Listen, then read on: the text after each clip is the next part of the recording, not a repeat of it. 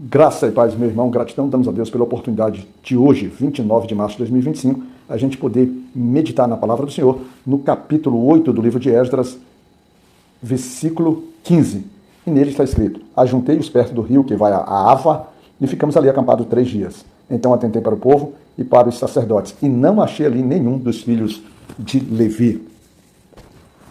Se nós voltarmos à nossa meditação do devocional de ontem, por exemplo, a gente vai lembrar que quando Esdras aparece na história, ele ali, vamos dizer assim, ele se predispõe a ir a Jerusalém, já na segunda leva do cativeiro. Ele conta com apoio irrestrito do rei Artaxerxes. Que nome, né? Às vezes eu tenho até dificuldade de chamar o nome. Artaxerxes. Que pronúncia.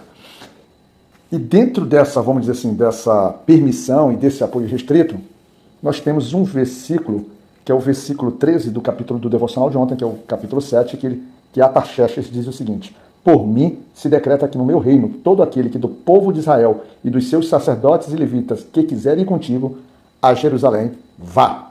Ou seja, nós temos a liberação do rei, a permissão do rei, fora todo o apoio financeiro, o apoio ali irrestrito que Esdras recebeu. E Esdras então sai, vamos dizer assim, convencendo o povo e chefes de família para que eles possam fazer aquela caminhada. E é uma caminhada que vai durar pelo menos ali uns 4 meses. E quando o Esdras começa a juntar os filhos, né, através de suas genealogias do reinado, ele vai passando por diversas famílias importantes. Ele vai dizer assim, dos filhos de Finéias, dos filhos de Secanias, dos filhos de Paate Moabe, dos filhos de outros Secanias, de Adim. Ele vai trazendo assim. E logo, exatamente quando ele termina de nominar essas pessoas, que é importante as pessoas serem nominadas, até porque para que os nomes delas se mantenham na história e os seus próprios descendentes possam entender a importância ou o valor ou a, vamos dizer assim, a relação de intimidade que aquela família, aquele clã tinha com o Senhor. É importante, a gente registra para que os próximos que vierem entendam que aquilo não é algo novo para aquela família. Aquilo já é uma tradição, já é algo que deve ser, vamos dizer assim, conservado. Porque é bom, porque é viver na presença do Senhor. E aí, Esdras, ao recontar o povo, né, eles param ali, vai recontar o povo, observar a sua genealogia ali, ele observa que não tem ninguém da tribo de Levi. E aí a gente pode dizer também que temos um problema. Qual o problema? Porque a tribo de Levi são os levitas, são aqueles que trabalham no templo. É aqueles que efetivamente dão vida ao templo, vida no sentido de fazem os trabalhos, eles trabalham dentro dos templos fazendo auxílios aos sacerdotes que fazem as cerimônias de purificação. Sem o trabalho dos levitas, eles é que têm essa autorização, essa ordem, levaria Esdras a cometer um erro grave.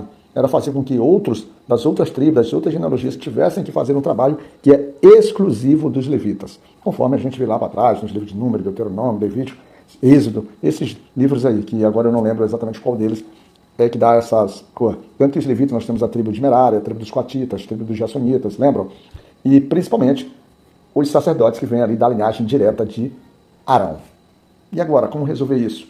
Ali para-se a caminhada e Esdras, ele tem a preocupação de separar homens ali, alguns homens, e enviá-los para que eles vá até Ido, que é chefe do lugar da Cacife, e lá eles possam, vamos dizer assim, recrutar levitas, recrutar homens que efetivamente possam desenvolver esse trabalho.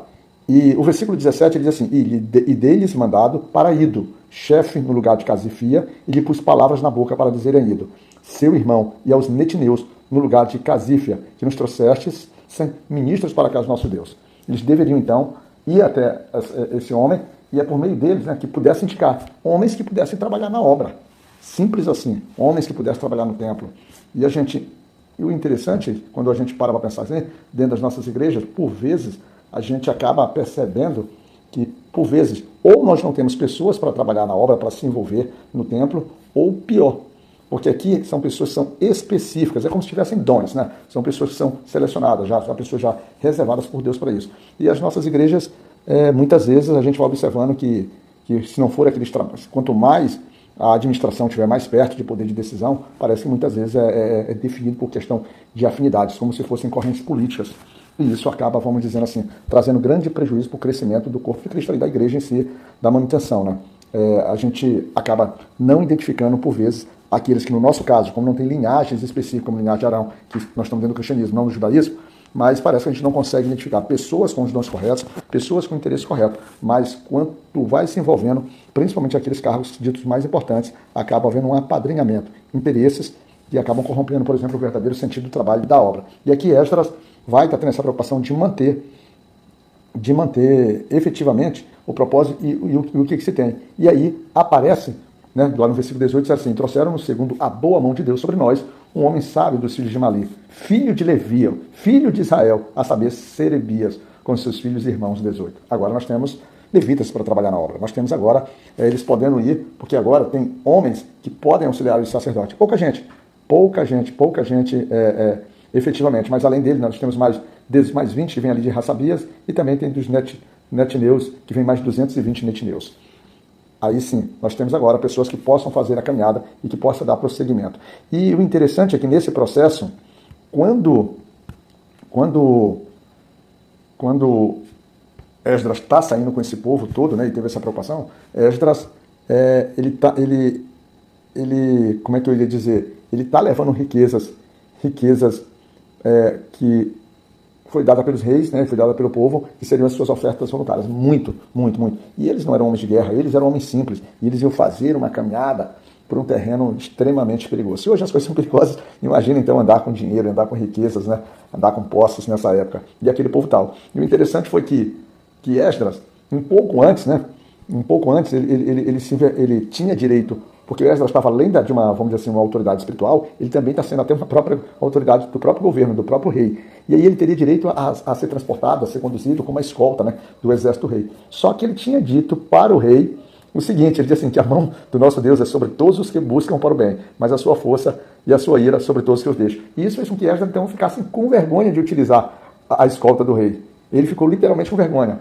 É claro, olha só, ele diz uma coisa para o rei e agora ele se torna refém dessa coisa que ele diz. Quando ele olha aquela situação, ele se preocupa. E aí, ele não tem muita saída, ou a grande saída, que é interessante tudo isso, é quando a gente vai se sentindo aparentemente acuado, né, num cenário, vamos dizer assim, que vai nos trazendo desassossego, desconfortável para a gente. Aí a pessoa, ela tende a lembrar do Senhor mais ainda, que Esdras já tinha esse relacionamento. E aí o que ele faz? Ele apregoa, ali junto ao rio, junto ali onde eles descansaram, ele apregoa um jejum. Ele apregou jejum e orações, ele fala assim, ó, lá no 21. Então apregou ali um jejum junto ao rio Ava para nos humilharmos diante da face do nosso Deus, para lhe pedirmos caminho direito para nós e para nossos filhos e para toda a nossa fazenda. Essa foi uma saída sensata e uma saída extremamente inteligente. Porque agora, o que ele iria fazer? Ele tinha dado a palavra para o rei, dizendo que o Deus dele, né, que a mão do Deus dele era uma mão poderosa, era uma mão capaz de lhe dar segurança e lhe proteger. E aí a resposta de Deus foi ele se mover em direção às orações e em jejum daquele povo, né? É muito interessante, né? Assim, a gente tem que prestar atenção como a gente se relaciona com as pessoas e principalmente como você está dando testemunho. Olha só, Esdras testemunhou o poder de Deus para o rei e agora ele precisava provar que aquele rei, ou seja, ele colocou o seu rei à prova, ele colocou o seu Deus à prova. Não colocar o Deus à prova no sentido de desafiar o seu Deus, não. Ele colocou o seu Deus à prova por meio de sua confiança, por meio de sua fé. E isso é lindo, assim como Jó fez, assim como outros homens fizeram, Elias, Eliseu, Abraão, outros homens fizeram colocando o seu Deus à prova, porque o próprio Deus diz assim, fazei prova de mim, ou buscai prova no próprio Deus. E isso é uma coisa extremamente saudável e importante, porque traz uma relação mais perfeita entre nós e Deus. E o que é interessante é que nesse processo, ele separa todo o ouro e toda a prata, né? Ele separa ali todo o ouro e toda a prata ali diante dos homens, diante dos 12 maiorais, né? Ele separou 12 maiorais e separa entre eles ali Serebias, Asabias e com eles seus 10 seus irmãos e divide toda aquela riqueza para eles poderem, vamos dizer assim, fazer a caminhada. E o interessante de tudo isso era muito dinheiro.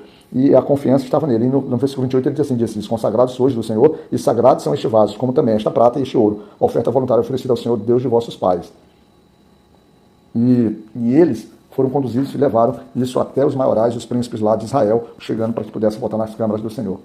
E o interessante de tudo isso é que, na verdade, aquilo que ele falou sobre a boa mão, e exatamente, lá no versículo 31, a boa mão do nosso Deus estava sobre nós e livrou-nos das mãos dos inimigos e que nos armavam ciladas no caminho. A caminhada, você para para pensar, como é que um povo sem armas, sem capacidade de lutar, de guerra, eles foram efetivamente na confiança da palavra que Esdras deu para o seu rei e que agora foi colocada à prova, e no caminho eles fizeram sobre as bênçãos do Senhor. A boa mão do Senhor estavam sobre eles, e lá eles chegaram em Jerusalém e repousaram 3 dias. E quando chegaram lá, eles se maravilharam, prestaram holocausto, prestaram tudo e representaram tudo isso como se fossem as próprias 12 tribos ali que haviam se movimentado. Nós sabemos que as 12 tribos em si já não era mais ali a composição de Judá, mas a gente não descarta a possibilidade que no meio do povo ali que se movimentava pudesse existir, como é que é a palavra que a Bíblia traz? Remanescente, né, das outras tribos, às vezes se misturando, buscando na tribo de Judá algum sossego, uma identidade de nação, já que as 10 tribos haviam sido, vamos dizer assim, praticamente dizimadas pelo exército assírio. E é muito interessante, né, como é que o Senhor sustenta. Eu fico imaginando assim, quando a gente, na nossa vida prática, a gente vai tendo essas confirmações do poder de Deus, da presença de Deus na nossa caminhada cristã.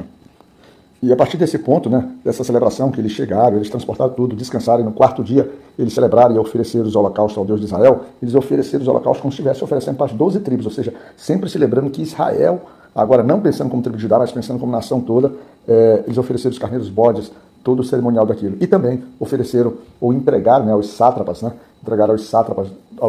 do rei, aqueles que governavam ali naquela região, as ordens que o rei havia dado, que eles deveriam ajudar Esdras no trabalho de reconstrução, no trabalho de, vamos dizer assim, de ensino e de desenvolvimento novamente da palavra do Senhor, ou da aproximação do Deus do Senhor com sua nação. Tá certo? Maravilha, né? Que nosso Senhor Deus Pai Todo-Poderoso possa estar com a gente, que a gente possa fazer essa caminhada e confiar no Senhor, nos nossos vales, nossos desafios, que às vezes são tão longos, foram 4 meses de caminhada, e saber que a boa mão do Senhor está conosco também, tá certo? Fica na paz do Senhor, que Deus te cuide, meu irmão.